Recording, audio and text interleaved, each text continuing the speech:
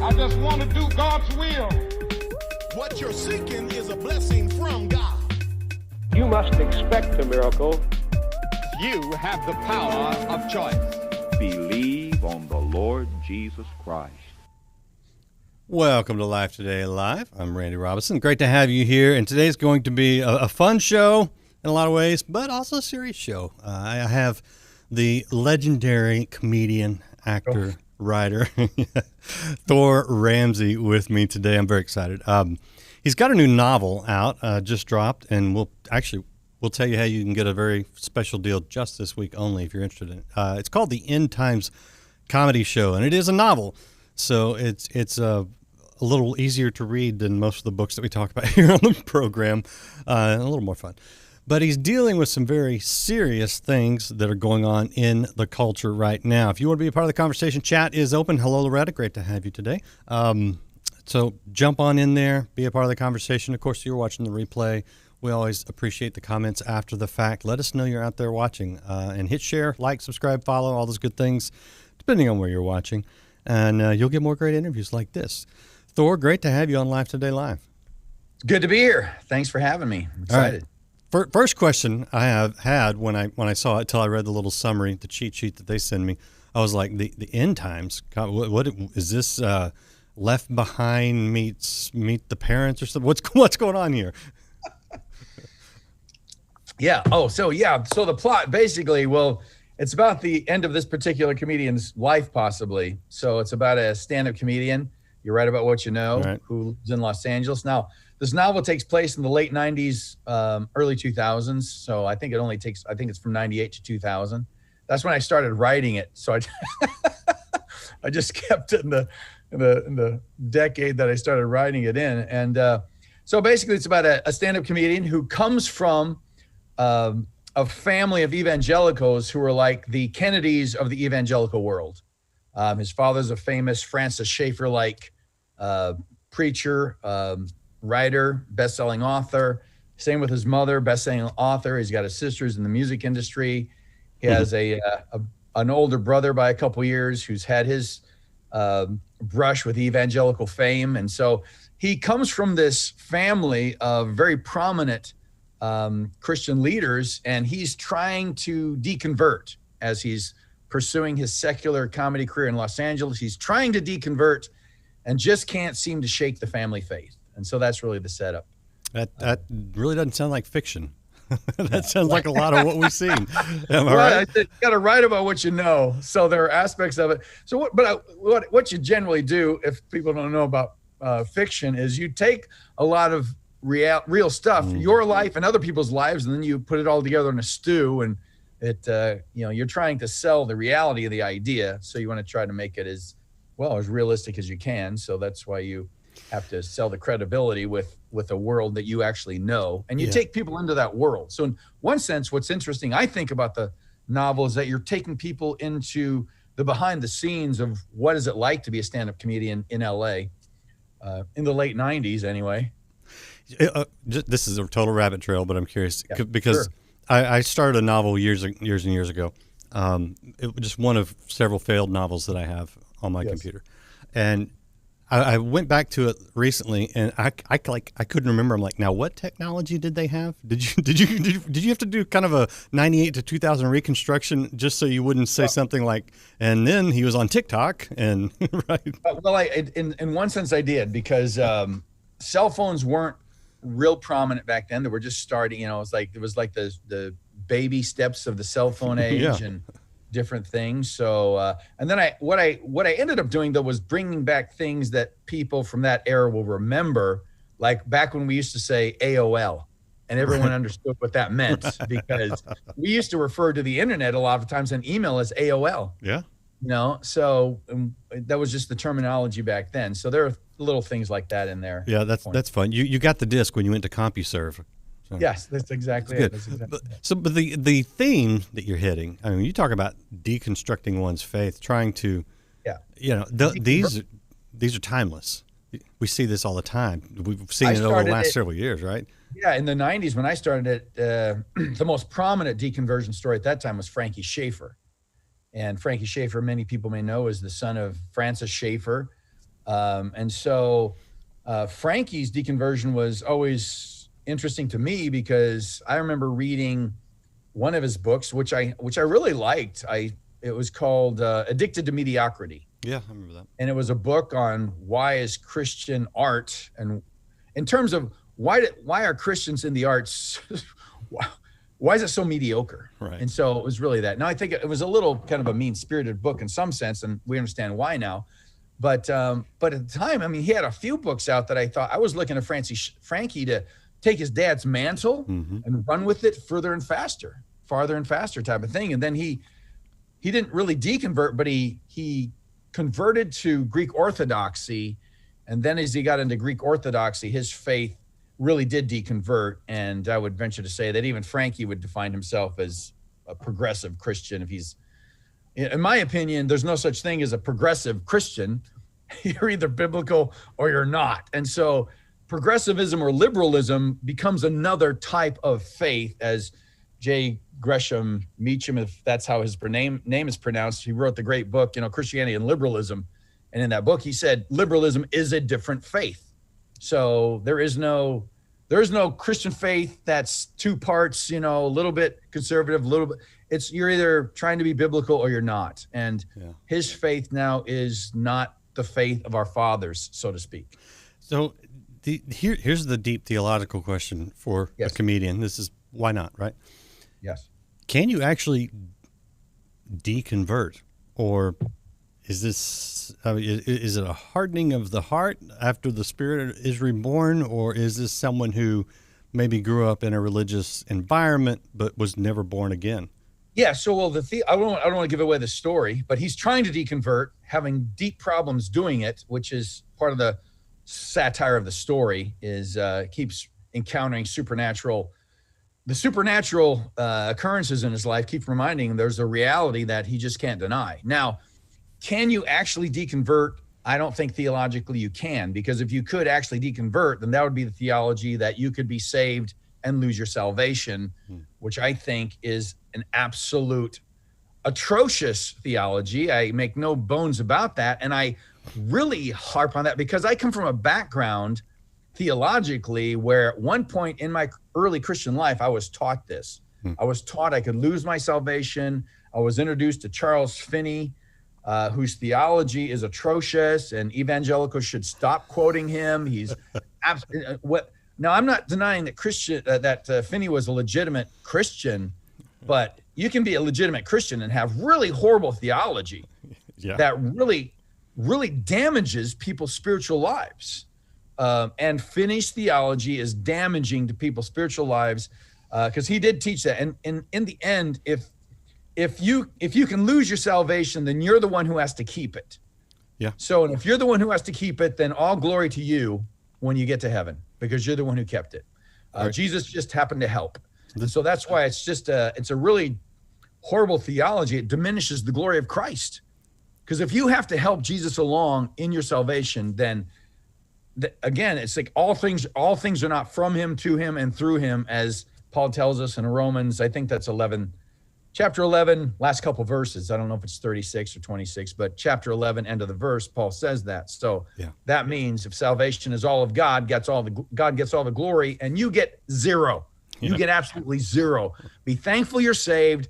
If you want to sit there and debate, why would he do it for me and not for others? I don't know. That's the theological answer to that. No one does know. Just be thankful and just live your life in a relationship with Christ day to day. So this sounds like it's very personal because what's the story there? You got a background there. There's some story. There's a story there. So you can hear it in my voice. So I got introduced to Charles Finney through the singer Keith Green, who I appreciate as a singer, but he's a 27-year-old kid, and Keith didn't have great theology. Now I believe in Keith's passion. I believe God had him really used him, but again, we're all imperfect, and the goal is to become conformed to the image of Christ and to the mind of Christ, which is becoming more theologically robust, would be the phrase we use today. Now, in being introduced to Finney, I was and I'd been a Christian maybe 3 years, and I was sincere, but I think the Bible uses this phrase, I was zealous without knowledge. So this is why I'm big on theology today, because theology ended up saving my Christian life. But I got into Finney, and Finney really taught that every time you sin, you lose your salvation. Jeez. So if you can imagine being a sincere Christian living with that kind of burden, and you're living with a burden, because at that point, you know, if you're not familiar with this, folks, you sin every day in thought, word, and deed. So I just want to, throw that out there. It might be a stumbling block to some of you, but you're a greater sinner than you even realize. But so that's but if you're trying to, then you're really trying to earn your acceptance with God, not based on what Christ has done, but based on your personal performance that day. Yeah. Now, I'm not saying our performance has nothing to do with it, but our performance has to flow from what God has done for us in Christ and the depth of that. And when it doesn't, we're in a works righteousness mode of living, which will eventually lead you to shipwrecked faith, because it eventually leads you to this overwhelming condemnation. It's like trying to please a parent that you cannot please. And if that's your Christian life, eventually with the battle of the world, the flesh, and the devil, eventually the enemy comes in and says, what's the point? You should just give up. And so I did. So some of this novel is really based a little bit on my own Now, I wasn't trying to deconvert. Right. I just felt like I can't be a Christian. I can't do this anymore. I can't live with this burden. And so I walked away from the faith. And because of my theology, I didn't consider myself a Christian anymore, because I believed you could walk away from the faith. I believe you could, at the time, I believed you could actually lose your faith. So I stopped living like a Christian. I became a stand-up comedian in the secular. I started in the secular market. So I was basically, now in hindsight, what I was a backslidden believer with really bad theology. Yeah. Because again, it's like, if you're of us, then you'll stay with us, is the idea biblically, theologically. And so eventually the Lord brought me back. But after a 10-year period, and a 10-year period that, you can really wreak a lot of havoc in your life in 10 years when you're young and you're not walking with the Lord, and you do really stupid things and you live a really stupid life. It's been said by someone smarter than myself, but sin makes you stupid. And there it is, it's just, but it's the consequences of that 10-year period. I still feel the effects of today because of decisions I made back then. And so, if you can get anything from this book, it's like, read it if you're younger. Maybe it'll save you from, some pain in the future. And that's kind of the goal sometimes. Interesting. I did not know that about it. What brought you back? I got married. And that's pretty much it. I was like, I got married, and I'm like, I'm not going to survive this marriage by myself. I need outside help. And so, we just celebrated, matter of fact, just Sunday, we celebrated 29 years of marriage now. Congratulations. But it was the marriage that made me go, I'm not going to survive this. I'm not going to make it. And I come from a blended family. I come from my parents had both had families, divorced, married each other, had me. And so I never felt like I fit anywhere, really. I had, half brothers and sisters from both those former relationships. So then you bring that emotional baggage. I never wanted divorce to be part of my life. Here I'm 6 months into my marriage going, I'm not going to make it. I need help. And the only person I knew who could help me, I needed strength outside myself, was the biblical God that I knew when I was a freshman in college, in my first few years of college. And I'm like, that's the God I have to go back to. And, so that really brought me back in a very, very humble state. Yeah, well, a good place to start, right?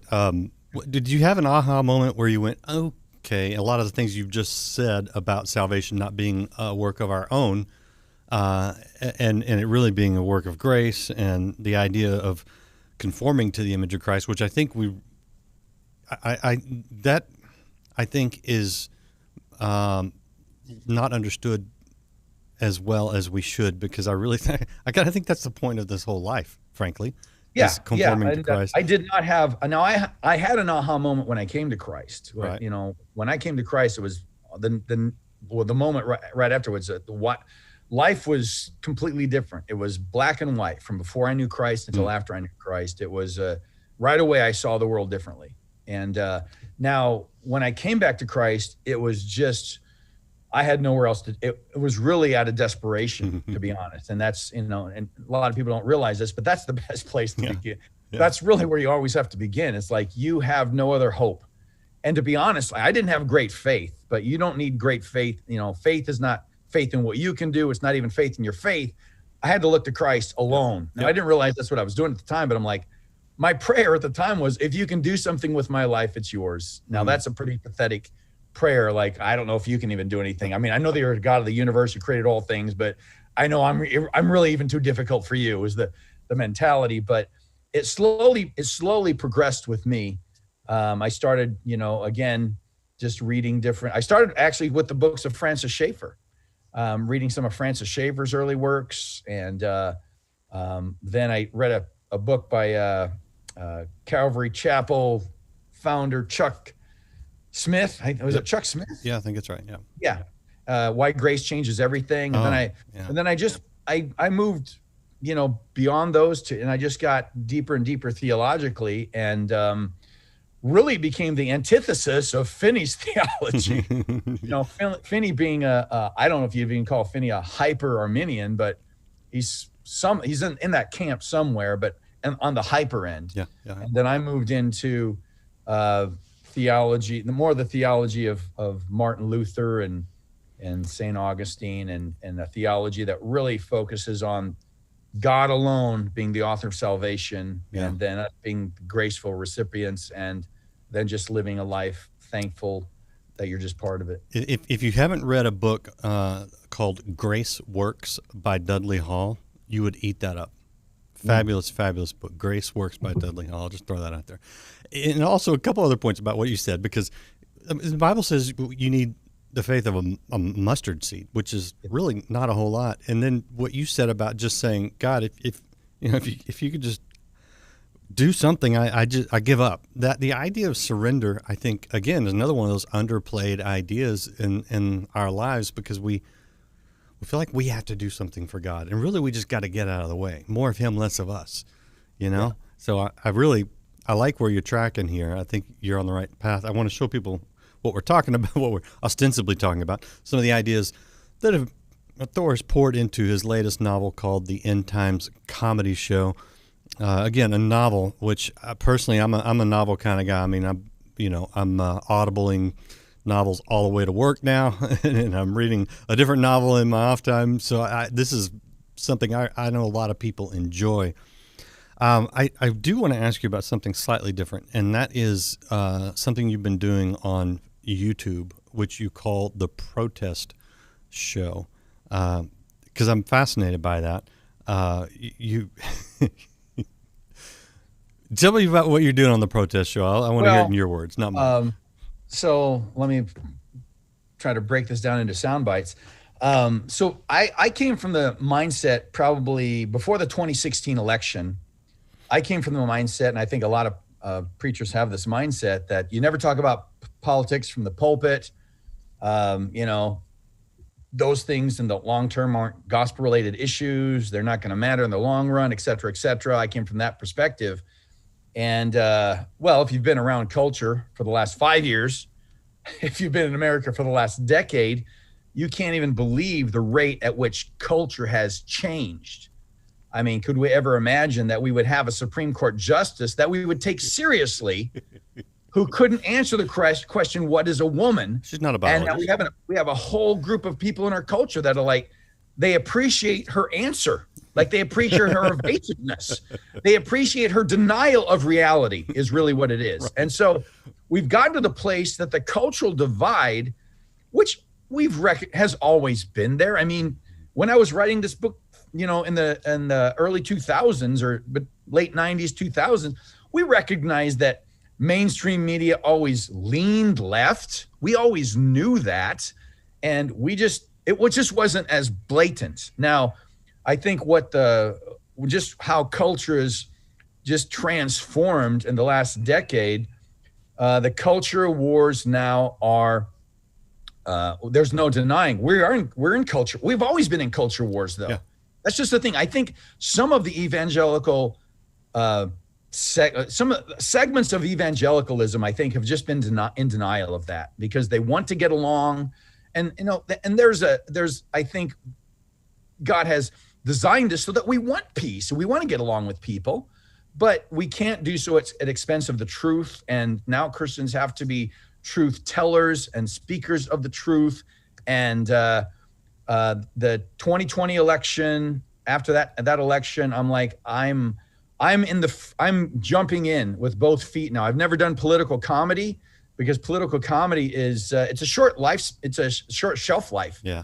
Like I only knew there was only a few, not even a handful, literally just a few. When I was in the secular market doing stand-up comedy, there were only a handful of comedians who devoted themselves to political comedy because, man, you're just continually rewriting your act. There's, most comedians will work on their act for a decade before they record anything.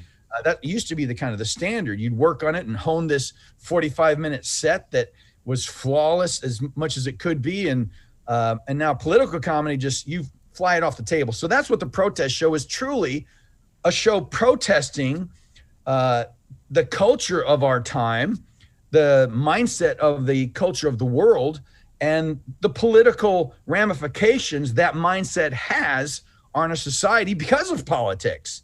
Politics is all moral.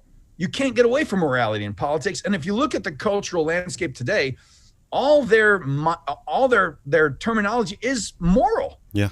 They treat these issues as if we should be on board morally, and if we're not, then we are sinners in their minds. We are breaking their moral laws, which is what the word sinner means. It just means lawbreaker.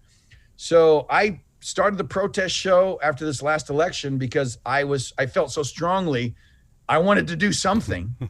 and I believed in truly peaceful protest. I'm an old, I grew up with parents who were classic liberals, back when you were supposed to be open-minded and you were supposed to sit down with people who disagreed with you and have a civil conversation. There was a thing called civil discourse. Yeah. And I still feel that way, but the protest show is truly a peaceful form of protest. We took the summer off, but and it's not a non-for-profit show. You can tell by but it's me and a friend of mine named Ron McGee. We sit down, we write it together, and then I go into there's a production company in Fallbrook that produces ChristianPodcastCentral.com. And so they produce it and we film it there. And then episodes are maybe 7 to 10 minutes. And we do it once a week once we're in production. Has that made you new friends or lost some friends or a little of both? No, I don't think I've lost any friends from it. I've gained a few probably, but it's like here's the thing. I'm not concerned about preaching to the choir anymore. I'm just concerned about preaching the truth. And I think pastors who put too much stock in how is the non-Christian going to respond to this? It's like, I don't see that anywhere in Paul's letters. I don't see Paul. Now, Paul talks about milk and meat, but he doesn't let out preaching the meat. He just defines the meat and still, takes us on that journey of growth that we should go on both intellectually and spiritually. So I don't think you can hold back with it. I think when you hold back, you're just being disingenuous and people recognize that. Yeah. But if you're coming to church and you don't understand that I think God's communicated to the world and he's communicated that and that Christ is the only means of salvation. If that's news to you walking into a church, well, that's why you need to hear it for the first time. This is ancient Christianity 101.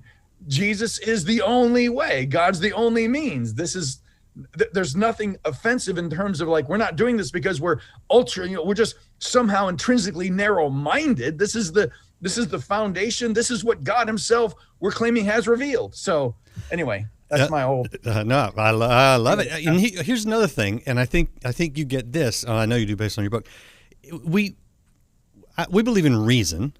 Paul, when he went to Mars Hill, he was reasoning through things. He presents a case. He writes like a lawyer in a lot of his letters where he starts and he presents a case, which is, side note, why we need to read the whole thing in context and not just pluck one verse out of one portion and get some weird idea. We find a tooth and build a dinosaur. But here's the other thing. I got find a tooth and build a dinosaur. Yeah, that's my pastor. I got to credit him.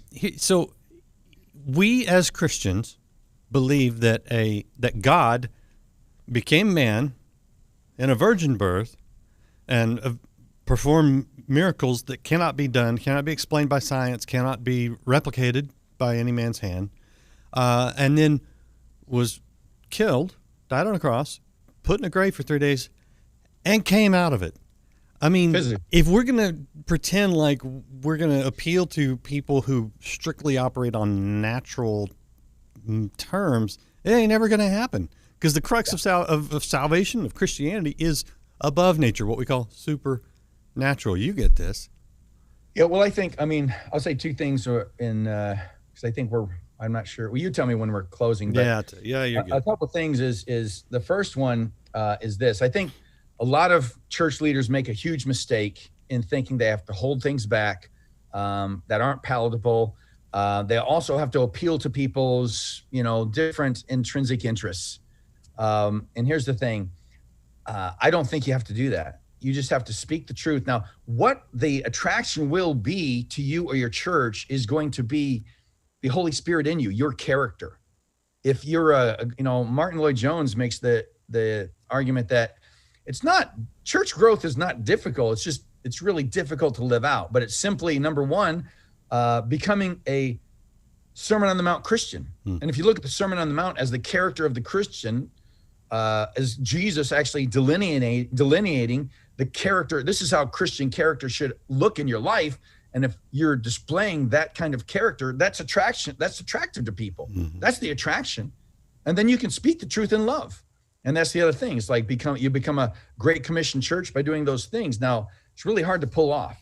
But the other thing I want to tell people about this book, though, is that one of the things I wanted to do with this book is that I wanted to be a writer when I was like 17 or 18 in high school. I had a great English teacher and got introduced to great writers. She introduced me to great writers. And I'm talking like J.D. Salinger, Ernest Hemingway, F. Scott Fitzgerald, the old contemporary writers. And when I became a Christian, I was looking for, I remember looking for a fictional book in that vein. There was just nothing. Yeah. And in my opinion, there's still relatively nothing. And so if you love Christian fiction and you're well, what I'm going to say is this is not going to be your average Christian fictional book. It's not going to fall in the average genre of what you probably perceive Christian fiction to be. So don't expect that is what I'm telling you. But if you're looking for something that's not that, this is it. That's what I was trying to do. I was trying to do something that's not that. And so that's my attempt at, someone once said this, that if you can't find the book you want, write it. So that's what I tried to do. All right. Well, I'll show people the book. This is thorramsey.com where you can see the book. And can they still get the deal on Kindle? Yeah, Kindle. Right now, this week, you can get the Kindle version of the End Times Comedy Show for $2.99. Wow. Which is a great deal that the publisher, I don't have any charge over the prices they set, but you can get the Kindle deal this week for $2.99. Heck of a deal. Thor, appreciate. If you write a review, that'd be fantastic. That'd be really helpful if you write a review. If you like it, if you don't like it, then just be quiet. Nice, right. That though. No, if you've got nothing nice to say, then don't say anything at all. Right? We all know this. Thor, this has been fun. A half hour has flown by. I just appreciate you sitting down with us. Is there anything you want to say before I let you go? Anything I might have missed? Well, there's so much to talk about, but I will say this, man, if you want to support the arts, support the arts. Yeah. I mean, we support so much of the arts anyway, so much stuff we actually complain about and what culture's doing, because there it is in culture. I mean, it's like part of the bombardment of culture now is that we can't get away from their agenda. Mm-hmm. Even if you go to Netflix, or if you go to Prime Video, any original movie they do is going to have the new doctrine of the LGBT community in there somewhere. It's just got to be there. Yeah. It's almost like let's be honest. It's like if society was the way they portray it, 90% of us would be gay. Yeah. But that's just the way they portray it. And is that a complaint? It is a complaint because it doesn't mirror reality. So anyway, in that sense, support Christian art. And the one argument I do make when people say, Christian films are bad and Christian this is bad, and I'm like, here's the thing, folks, we don't have as big a talent pool to pull from as the secular culture. But let me be frank, they make as many bad movies as any Christian production company. Now, Christian film has really come a long way in the last decade, in the last 20 years. Production values, storytelling is getting there. But we're a smaller community less talent pool, and less money. Mm-hmm. So let me be frank. So if we had the budget they have, we could. But here's the thing: they make as many bad movies as we do. True. So don't be saying it's an inferior product. It's just not, and it's getting better, and it gets better with your support. You know, $2.99 on Kindle. There you go. Right, yeah, right there. Yeah, go get it on Kindle. And you know, you're 100% right. And the more that we will not just watch shows like this and go, oh yeah, no, I'm glad he's doing that, and actually go, you know what, I'm going to go buy that, even if it doesn't appeal to me. I'm going to buy it and give it to somebody else. Right? There you go. That Pass is, yeah. We'll complain about Starbucks and then go, you know, grab our latte, or we'll gripe about Disney and then turn on Disney Plus for our kids. It's like, if you like what you're hearing from Thor, go buy his book. Well, that's the other thing. So and when you come across when you come across a product that you like, whether it's a movie or a book or whatever happens to be, like, share that with a friend, or buy a copy for a friend, or give it to a friend, and that's that word of mouth. Because you know, we don't have the budgets that we need to make things, you know, known as we'd like them to be known. So word of mouth works great. And it's not word of mouth, and it's also, when I turn on Netflix or Prime or whatever, it's not recommending that I watch Church People. I had to know about that separately, and someone else had to tell me, and I had to go find it. Right. Yeah. So unfortunately, which I'm hoping is a movie that'll become a cult classic, because people will say once they've seen Church People, they do like it once they've seen it. Yeah. And that's actually several out there that are under the radar kind of Christian movies that are different. This is not Facing the Giants. Nothing against Facing the Giants. Well, production. No, not at all. Not at all. But it's a different kind of storytelling. And we need more of that. We need to support more of that. Anyway, Thor, again, great talking to you. I appreciate you. Randy, appreciate all that you're doing. And get people to go to ThorRamsey.com. Looks like that, and pick up the new novel called The End Times Comedy Show. Thank you for Come back. We'll see you again. We got more all this week, next week. Beyond that, right here on Life Today Live. We'll see you again next time. The drug of a nation, breeding ignorance and feeding radiation TV. You're the fruit. You're the fruit. You're the fruit. Exploits